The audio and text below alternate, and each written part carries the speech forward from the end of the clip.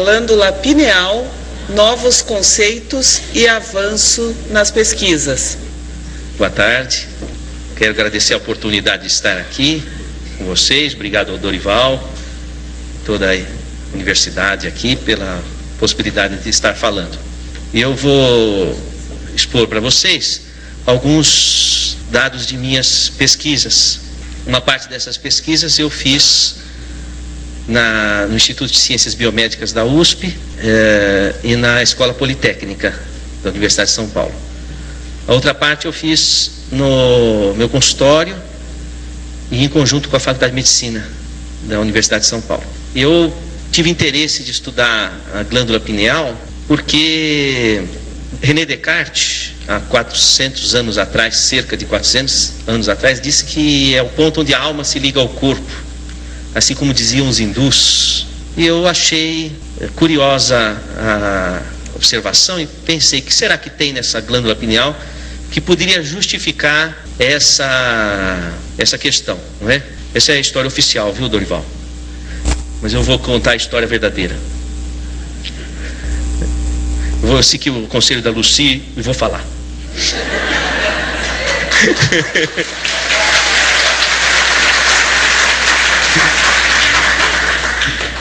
Eu me formei em medicina e depois eu dividia meu tempo entre a clínica médica e eu estudava física no Instituto de Física da Universidade de São Paulo.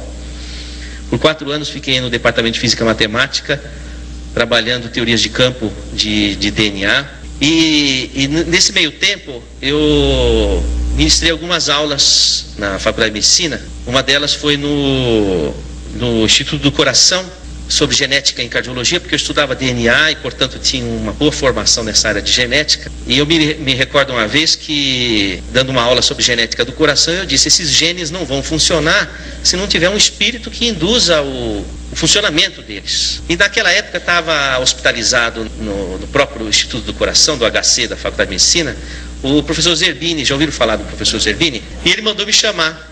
Eu fiquei apavorado, falei, nossa, falei alguma coisa que não devia. Ele estava hospitalizado com câncer, já na fase terminal da vida dele, e ele disse assim, ouvi falar muito de suas aulas, não é? Eu falei, professor? Ele falou, gostei muito. Eu falei, então ele me aprovou nas observações. Até ele disse o seguinte, tenho 2 aulas ainda para dar e não vou poder porque não vou sair vivo dessa UTI. Você vai dar essas aulas. Eu dei as 2 últimas aulas do professor Zerbini, falando que o coração não se formava sem que o espírito estivesse ali induzindo a embriogênese. E aí passou um tempo. E tinha um professor também na neurofisiologia, chamava Juarez Ricardo, professor titular de neurofisiologia. Ele, inclusive, que traduziu do russo a obra de Luria, que Luria, vocês sabem que foi o russo que fundou a neuropsicologia. E esse professor falava assim para mim, nós tomávamos café no centro acadêmico, dizia assim, Sérgio, tem um abismo entre a psicologia e a neurofisiologia. Precisa de fazer algum gancho entre uma coisa e outra. E passou um tempo, o professor Zerbini desencarnou e o professor Juarez Ricardo também desencarnou. E aí eu estava na minha casa, eu morava numa kitnet, eu e minha esposa, comia no fogão de uma boca só, e eu tive uma alucinação. Então apareceu o professor Zerbini e o professor Juarez Ricardo na minha sala, assim. Eu falei, nossa, eu preciso tomar um remédio, eu estou alucinando. E aí eles disseram assim para mim, você precisa estudar a glândula pineal. Eu falei, imagina estudar a glândula pineal, um órgão vestigial, tem que voltar para a anatomia. Eu estou na anatomística, não estou na anatomia. De jeito nenhum, não, você precisa estudar, você volta na universidade, vai no departamento de anatomia e vai estudar a glândula pineal. Eu falei, mas isso não é um assunto que me atrai, porque eu estava na física quântica, estudar anatomia em cadáver já tinha passado há muito tempo de Versalhes isso, né?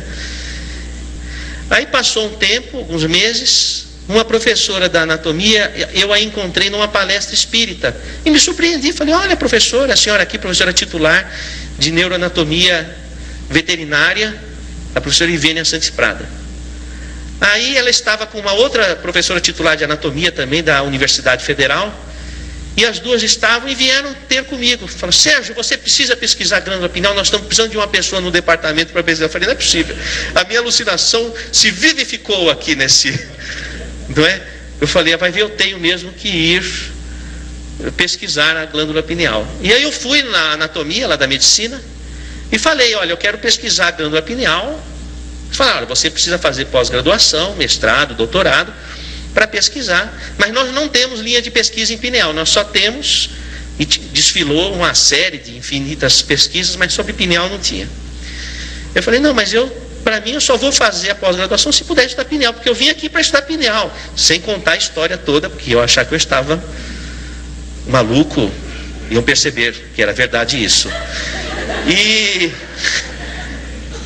E aí um professor, subrepeticiamente, entendeu a situação, espiritualista inclusive, e me deu espaço para eu pesquisar. E aí foi. Aí saiu a pesquisa que eu vou mostrar para vocês e os derivativos dela, tá? Então, mas vocês não contam para ninguém isso que eu falei para vocês. Vale a primeira história.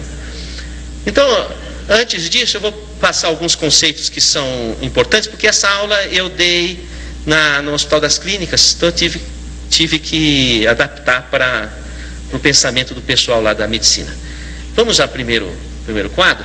Esse é um livro do Jeffrey Schwartz, de uma universidade americana, e ele fala uma história que foi publicada numa revista científica que eu achei muito interessante de colocar aí.